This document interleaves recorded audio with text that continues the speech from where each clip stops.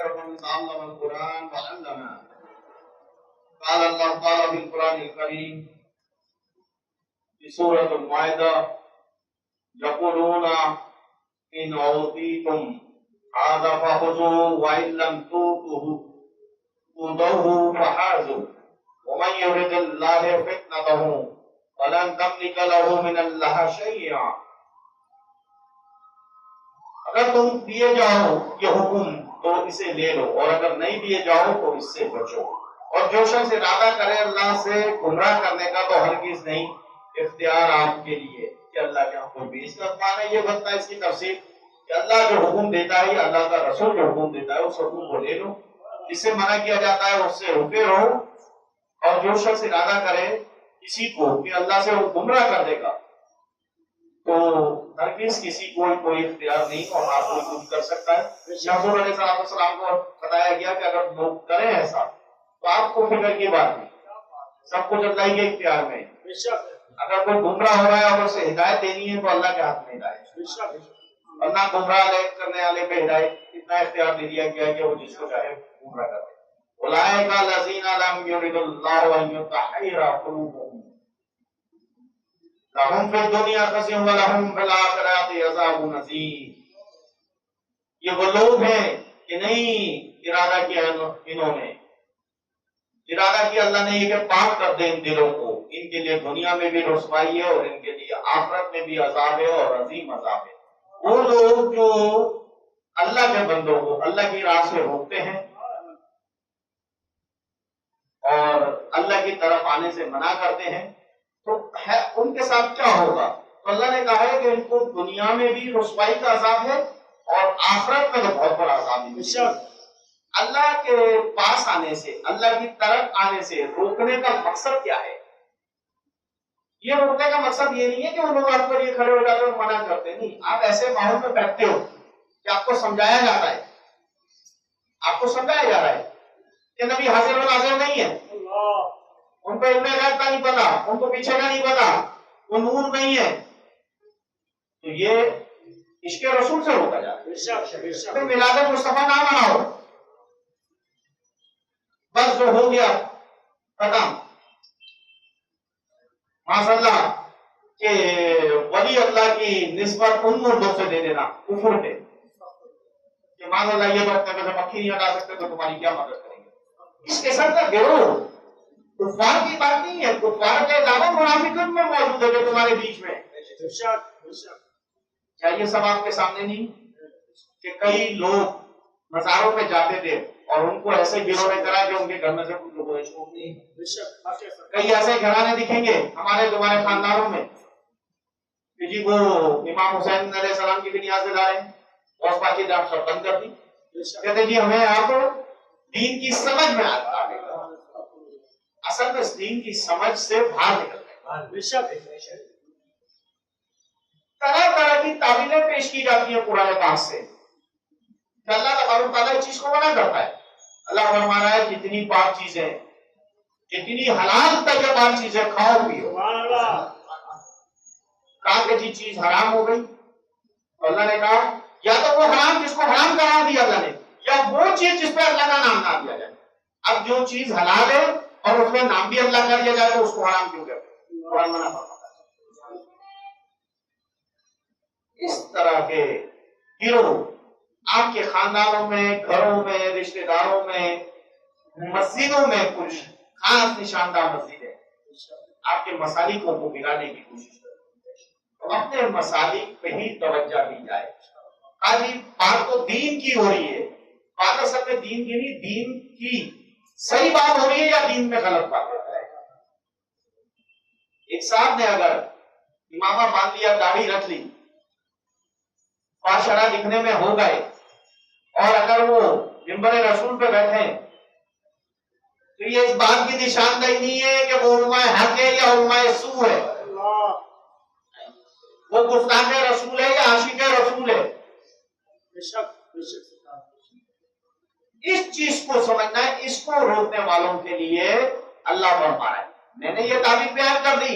اگر ان کے پاس جاؤ گے کہا جائے گا یہ تو کفار کے لیے تھی. کفار کیا کرتے تھے؟ مسلمان جو ہو جاتے تھے مومن ان کو روکتے تھے. بالکل اپنی جگہ صحیح ہے. شان نزول جب بھی کسی آیت اور سورت کا ہوگا دو جگہ ہوگا. یہ بات ذہن میں رکھیں کیونکہ یہ کتاب ہے روزے محشر تک کے لیے. اللہ قرآن میں فرما رہا ہے ہم نے ہر چیز کو دو روپ سے پیدا کیا. کیا کریں؟ کفار روکتے تھے, کفار منع کرتے تھے, اور اگر کفار چلے گئے اب وہ نہیں روکتے تو کیا کتاب ختم ہو گئی؟ کیا پھر یہ آیت جب تک کے لیے تھی؟ نہیں, ان کی باقیت منافقین کی شکل میں موجود ہے. نبی علیہ السلام کا فرمان علی شان ہے کہ منافق کافر سے بھی بدتر ہے, تو میں کافر سے بدتر لوگوں کی باتیں کروں. تو لہذا یہ ان پہ شادی کرتی تھی, اب رہتی دنیا تک یہ منافقوں پہ شادی کرے. منافق ہم نے کیسے, آپ کہیں چلے گئے نماز وہی ہوئی, سورہ فاتحہ بھی وہی پڑھی گئی, سورتیں بھی وہی ملائی, سلام بھی ویسی پھیلا گیا, صحیح ہے, رکعت بھی اتنی ہوئی جتنی ہونی تھی, لیکن اس کے بعد جو تقریر شروع ہو گئی غلط تعمیلیں. آپ کو قرآن سے ثابت ہو رہا ہے قرآن کی تو غلط تعمیلیں ہوتی ہیں. قرآن عربی کے اندر, قرآن عربی کے اندر اپنا مقام جو رکھتا ہے اس پہ تو کسی کو اختلاف نہیں, کسی مسلک نے قرآن کے عربی متن کو نہیں چھیڑا ہے. تو مسئلہ چھیڑ ہوئی کہاں؟ وہ ہوئی تراجم میں, تفاسیر کے اندر. یہ دو میں آگے مسئلہ ہے. میں دو ترجمہ بتا دیتا ہوں, دونوں کا اختلاف نہیں, دونوں پڑھو. کہا بسم اللہ الرحمن الرحیم, اللہ کے نام سے شروع, جو بڑا مہربان نہیں آتا. جو کہہ کے شروع کرتا ہوں اللہ کے نام سے, وہ بھی مسئلہ نہیں. یہ میری ٹھنڈے میں سے ایک نے کہا کہ نہیں اللہ کے نام سے شروع ہونا چاہیے. اللہ کے نام سے ہو یا شروع اللہ کے نام سے, کوئی اختلافی پہلو نہیں ہے. یہ میں بتا دوں کہ میں فقہ حناف پہ بات کر رہا ہوں, دوسرا لفظ میں لگاتا نہیں ہوں اور نہ لگانے کی اجازت, کیونکہ کسی جگہ کو نومینیٹ نہیں کرنا چاہیے جو مختلف بات ہے, کوئی مسئلہ نہیں. اور اصل میں دونوں ترجمے نہیں ہے, سمجھانے کے لیے. بسم اللہ الرحمن الرحیم, ساتھ اللہ کے نام کے ساتھ جو بڑا مہربان ہے, یہ اصل ترجمہ. متن کا ترجمہ کیا جائے تو آپ کو سمجھایا جا رہا ہے. اگر یہ ہوتا پھر اتنا بسم اللہ پہ کل نصیح کیوں ہوگا؟ یہ حکم دے دیے کہ بسم اللہ پڑھا کرو اللہ کے نام کے ساتھ, یہ ہوتا کہ پڑھو اپنے رب کے نام سے. لیکن پڑھتے میں بسم اللہ کیوں لگائی جا رہی ہے کہ اللہ کے نام کے ساتھ جو بڑا مہربان ہے. اختلافی پہلو یہ بند ہے. بات یہ ہے کہ قرآن حدیث پہ غور و فکر کی جائے, نئے مسائل پہ اجتہاد مل کے کیا جائے, اس کو رحمت برکت کہتے ہیں. کہا جاتا نہیں کہ یہ جتنے بھی معاملات پہلے ہی ہمارے لیے رحمت برکت ہے. یہ رحمت برکت ہے, ایک دوسرے کو کافر کہا جا رہا ہے. رحمت برکت ہے تو یہ ہے کہ تمام مسائل یکجا ہو کر, اور اب اگر کوئی اجتہادی مسئلہ ہو رہا ہے تو سب مل کے اس کو حل کریں. عربی متن اگر آ جائے, جس کو قرآن فہمی آ جائے, کسی تراجم کی ضرورت نہیں. ترجمے کسی بھی زبان کا جب بھی ترجمہ ہوتا ہے ذرا سی مختلف ہو جاتا ہے. کیوں؟ کہ وہ آپ کو اپنی ذہنیت کے حساب سے, اپنی زبان کے حساب سے سمجھانا پڑتا ہے. کیا کریں, بسم اللہ کے کیا معنی ہوتے ہیں؟ بھائی شروع اللہ کے نام سے, سمجھ میں آ رہا ہے کہ شروع اللہ کے نام سے شروع بھی کر رہے ہو, اللہ کا نام بھی نہیں ڈال رہے ہو, شروع بھی کر رہے ہو اور اللہ کا نام بھی نہیں ڈال رہے ہو, ایک دم سے نعرے ہو جاتے. میں نے کہا کہ عربی متن میں کہاں اللہ ہے بسم اللہ الرحمن الرحیم. میں نے پھر بتا رہا ہوں نا کہ حناف 4 مسائل گنے جاتے ہیں. مقاصد پہ فکر پہ حناف کی پیروی ہم کرتے ہیں, اس کو پریزنٹ کر رہے ہیں. باقی کوئی اور اس سے تعلق نہیں ہے. جو فقہ والا کر رہا ہے, نہ کسی پہ اعتراض ہے, نہ کسی کو ہم پہ اعتراض ہو. ہم اعتراض اگر کرتے ہیں تو ہم قرآن اور حدیث کی غلط تعبیر پیش کرنے کی وجہ سے کرتے ہیں. ان کی غلط تعبیریں نہ پیش کرو, ان کی غلط تعبیریں پیش نہ کی جائیں. عام فہم میں مسئلہ یہ ہے کہ کسی کے پاس وقت ہے, دین ضروری یا جتنا دین کا ضروری علم سیکھنا فرض ہے وہ تک ہم سیکھتے نہیں. اب ٹائم ہے کہاں, قرآن گھر میں کھل نہیں رہے, جمعے کو 5-10 منٹ 15 منٹ کوشش تو ہوتی ہے کہ اس وقت چاہیں کہ جماعت کھڑی ہو جائے, پھر بھی غلطی سے کسی مسجد میں پھنس جاتے ہیں, 10-15 منٹ ہوتے ہیں تو سن لیتے ہیں, اور جو بھی بیٹھتے ہیں وہ سنا رہا ہے. ہمیں اس میں مسئلہ نہیں ہوتا کس فقہ سے تعلق رکھتا ہے,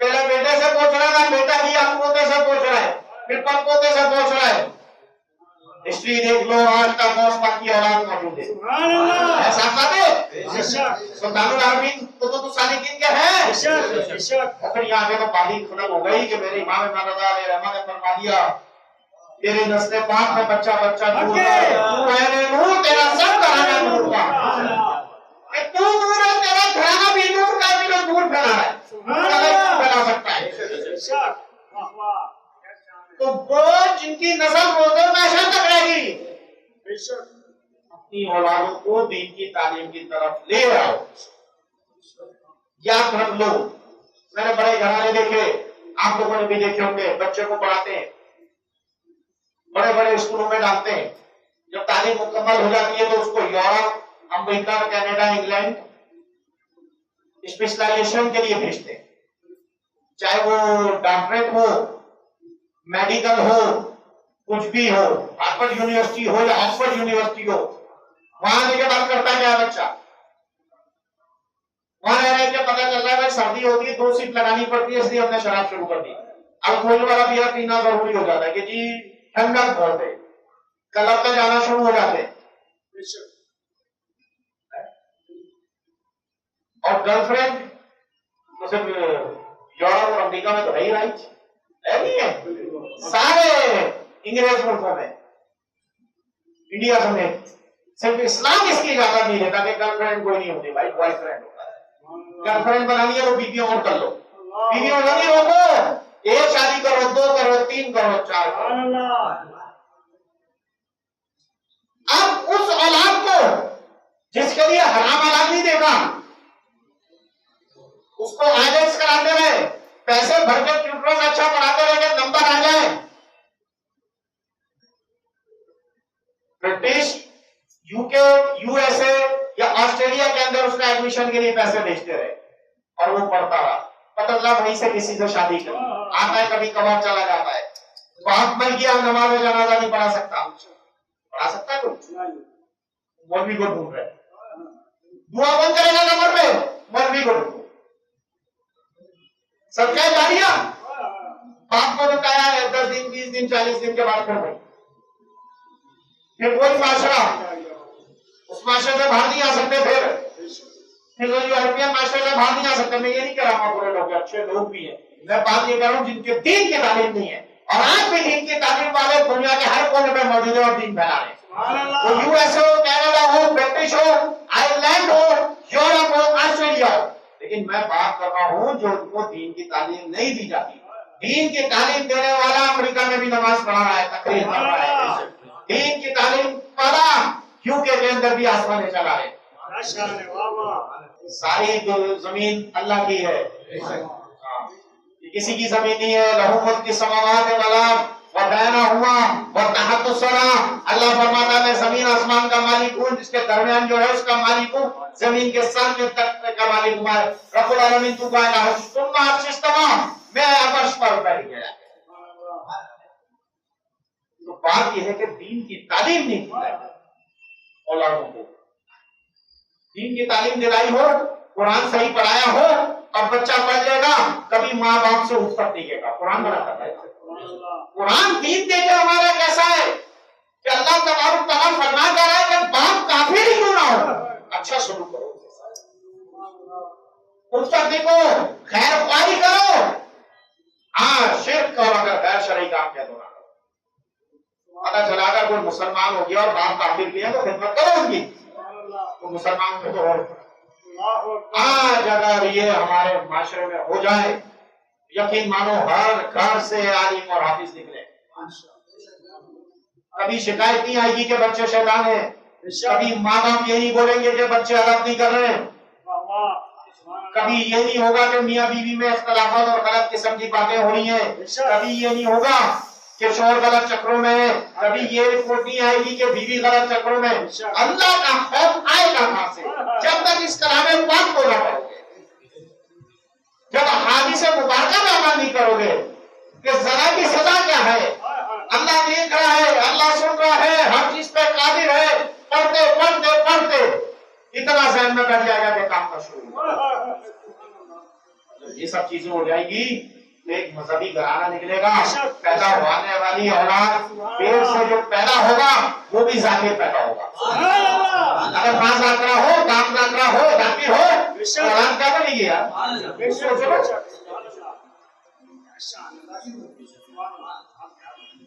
ہمارا خانقاہی نظام کو بس کچھ ڈال دیا اور کچھ نام نہاد پیروں نے شاید اس کا نام یہ رکھ دیا تعویذات، چراغ جلانا، انڈے کچھلیاں مرغی، اس کا نام نہیں تھا. طریقت اس کو نہیں کہتے. طریقت کہتے ہیں کہ شریعت کا پورا عالم بن کے اب عالم ربانی بننے جا رہا ہے. طریقت نے قدم رکھا. طریقت کیا ہے؟ طریق کہتے ہیں راستے کو. کون سا راستہ؟ جو اللہ اس کے رسول تک پہنچائے.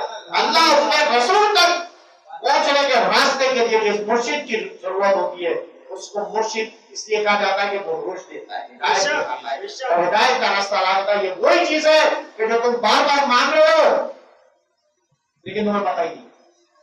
اے صراط المستقیم، یا اللہ صراط المستقیم کے راستے پہ چلا پتہ ہی نہیں ہے. نمازی کو پتہ ہی نہیں کہ ہر کرنا پڑ رہا ہے، مان کیا رہا ہے. اگر وہ مانگنے کا اس کو پتہ چل جائے اس کا ترجمہ، اور اگر یاد کر کے اور خشوع و خضوع سے مانگے تو اللہ اس کو روش کا سامان. اللہ فرماتا ہے جب میں کسی کا بھلائی کا ارادہ کرتا ہوں تو اس کو روش کرتا ہوں، اس کا سینہ دین اسلام کے لیے کھول دیتا ہے. اور جو اس طرف آنا نہیں چاہتا تو اللہ فرماتا ہے اس کو مرشد ہی نہیں دیتا.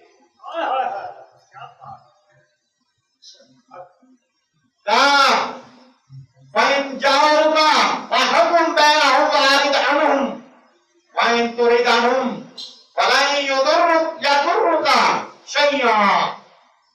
پھر اگر آپ کے پاس آئیں تو آپ فیصلہ کر دیں محبوب ان کے درمیان یا منہ پھیر لیں.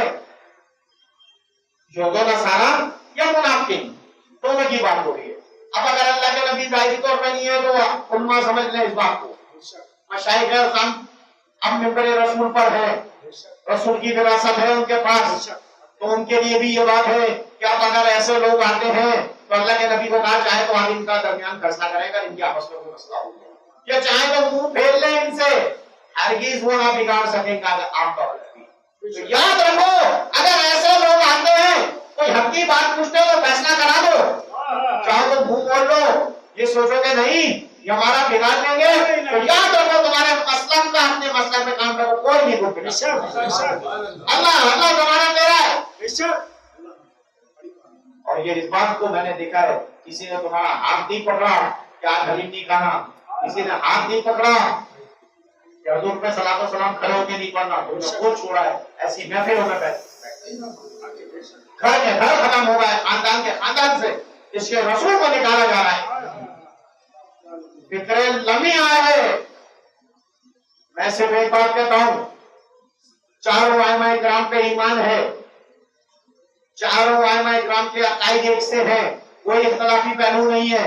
جو نظریاتی اختلاف ہے ہوا کرے وہ اپنی جگہ رہے. ہم کسی کو کافر نہیں کہنے والے لیکن کوئی ہمیں بھی کافر. ہم کسی کو زور زبردستی میلاد مسلمان منانے کا نہیں کہہ رہے کہ مسجدیں کھولو اور اس کو سجاؤ، لیکن ان مسجدوں کے بارے میں بھی نہ بولو. یہ فیصلہ تو اللہ اور اس کا رسول کرے گا. جو محبت اور عشق میں جو کرنا چاہ رہا ہے، اگر وہ کھانا بنا کے بانٹنا ہے تو بانٹنے دو، تم روکو نہیں.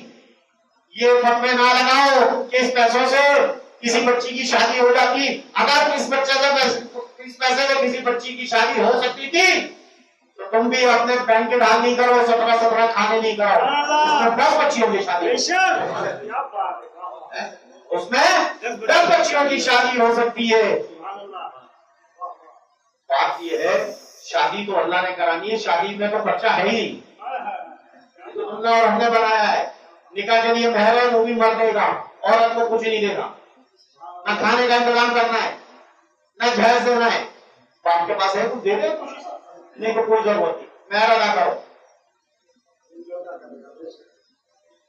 بات یہ ہے کہ ہمارے کھلانے پہ اگر اعتراض ہے تو پھر قرآن کریم کی عنایتوں کو تو جھٹلا رہے ہو کہ وَلَا يَحِضُّ عَلَىٰ طَعَامِ الْمِسْكِينِ، کہ مسکینوں کو کھلاتے نہیں ہو تم، اور نہ ترغیب دیتے ہو دوسرے کو، تو ہم تو کھلائیں گے بھی اور ترغیب بھی دیں گے. کیوں کہ ہمیں اس کی قرآن کی آیت کو پورا کرنا ہے. محتاجوں مسکینوں کو کھانا کھلانا قرآن کے حوالے سے واجب ہے کہ کوئی اور پہلو نہیں ہو رہا، کوئی میرے باپ دادا کی سنت نہیں ہے، یہ قرآن کا حکم ہے کہ سائن کو ڈھکو نہیں، یتیم کو دھکے مت دو، ان کو دھکے مت دو، اور مسکینوں کو، مسکین عربی کا لفظ ہے جس کے معنی ہوتے ہیں محتاج، محتاجوں کو کھانا کھلانا۔ محتاج کے علاوہ اگر ہم کسی اور کو کھلاتے ہیں تو اس میں بھی منع نہیں ہے۔ محتاجوں کو بھی کھلاؤ، اللہ کا ذکر کرنے کے لیے ذاکر آئے ہیں ان کو بھی کھلاؤ، کیونکہ یہ اللہ اور اس کے رسول کی محبت کے لیے جمع ہوئے ہیں، اور جب اللہ کی محبت کے لیے مومن بھائی آپس میں جمع ہوتے ہیں تو اللہ ان کے اٹھنے سے پہلے ان کے گناہوں کو معاف کرتا ہے۔ اتنا کریم ہے پروردگار، نہ اتفاقی کے لیے نہیں بیٹھے، کسی مسلک کے لیے کوئی غلط بیان کرنے کے لیے نہیں بیٹھے، ہم صرف اپنے احناف کے نزدیک ہم چاروں ائمہ اکرام کو سلام کرتے ہیں، ان کے نظریاتی پہلو کو بگاڑ کے، میں یہ نہیں کہہ رہا کہ میرے فقہ والے نہیں بگاڑتے، میں سب کو کہہ رہا ہوں، چاروں کو، وہ حناف کے ہوں، مالکی کے ہوں، حنبلی کے ہوں، شافعی کے ہوں، یہ چاروں کو محبت اتفاق سے ایک دوسرے کو نہیں اور ان کے بڑوں کو سمجھانا چاہیے۔ اگر وہ کرتے ہیں تو میرے بھی مسلک سے تعلق رکھنے والے بھی غلط کرتے ہیں، وہی رکھتے ایک دوسرے کو کفر کہنے کا اختیار نہیں۔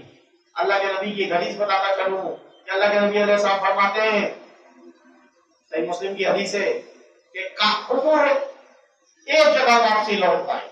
یا رسول کیا مقصد اس کا؟ کہا جس کو کافر کہہ رہے ہو، اگر وہ واقعی کافر ہے تو اس پر کفر جائے گا، نہیں تو تمہاری طرف آئے گا۔ اب اگر جانتے پوچھتے اور مسلمان بھائی کو میں کافر کہہ دوں اور وہ کافر نہیں ہے، اللہ کے نزدیک وہ بڑا محبوب ہے، اللہ کے نزدیک وہ مسلمان ہے، میں نے کافر کہہ دیا تو پھر وہ میری طرف لوٹے گا۔ تو یہ کافر کافر کافر کی رد میں کہہ رہا ہوں، میں بار بار یہ کہہ رہا ہوں کہ اس میں میرے فرقے سے زیادہ لوگ تعلق ہیں، لیکن دوسرے بھی خیال ہے، کیونکہ کسی کو چھیڑو گے تو ظاہر ہے کچھ نہ کچھ تو کوئی جائے گا۔ اصل میں ضرورت اس امت کو ہے اس وقت دین کی سمجھ کی، امام فقیہ کی ضرورت ہے، نہ کہ رب بیان کی ضرورت ہے، نہ کوئی شعلہ بیانی کی ضرورت ہے کہ کسی کو الٹا سیدھا بولا، نہیں بولو۔ اگر وہ ایسا نہیں ہے، ایک حدیث اور بتاتا چلوں، بڑے عجیب انداز سے اس حدیث کو بیان کیا جاتا ہے کہ اگر کوئی کسی کی برائی کرے تو اللہ تبارک تعالیٰ اس کو مرنے سے پہلے توبہ بھی نصیب نہیں کرے گا۔ لیکن میری بات سنتے نا، یہ بیٹھ بیٹھ کے اسکالروں کے لیے ہمارے علامہ بول رہے ہوتے ہیں، وہ بات اگر اس میں ہے اور شریعت کے اندر شریعت کے خلاف کر رہا ہے تو اس کی بات کو پھیلانا چاہیے۔ اگر شریعت کی، فقہ کی، قرآن کی کسی چیز کو غلط کہہ رہا ہے تو اس کی بات کو پھیلاؤ، یا اگر وہ اس کی شریعت کے خلاف ہی بولتا ہے تو یہ حدیث بیان کر رہے ہوتے ہیں کہ جو اپنے کسی بھائی کی، مسلمان بھائی کی اگر غیبت کرے گا، اس کی دل آزاری کرے گا تو اللہ اس کو بغیر توبہ کے موت دے گا۔ اللہ بڑے خوش ہو جاتے ہیں ٹی وی پہ آ کے بتائیں ضرور کہ باقی حدیث اپنی جگہ کی تعمیل کرتی ہے کہ وہ چیز اس میں نہ ہو، اگر وہ چیز اس میں ہے، دین کے خلاف بول رہا ہے تو اس کو پھیلاؤ تاکہ دوسرے لوگ اس سے بچ جائیں۔ یہ لفافے لینے کے لیے، یہ عمرے اور حج کے پیکج کے لینے کے لیے، یہ ٹی وی پہ زیادہ فوکس ہونے کے لیے اس حدیث کی صحیح تفصیل تو بیان کرو۔ آخری دعوانا الحمدللہ رب العالمین۔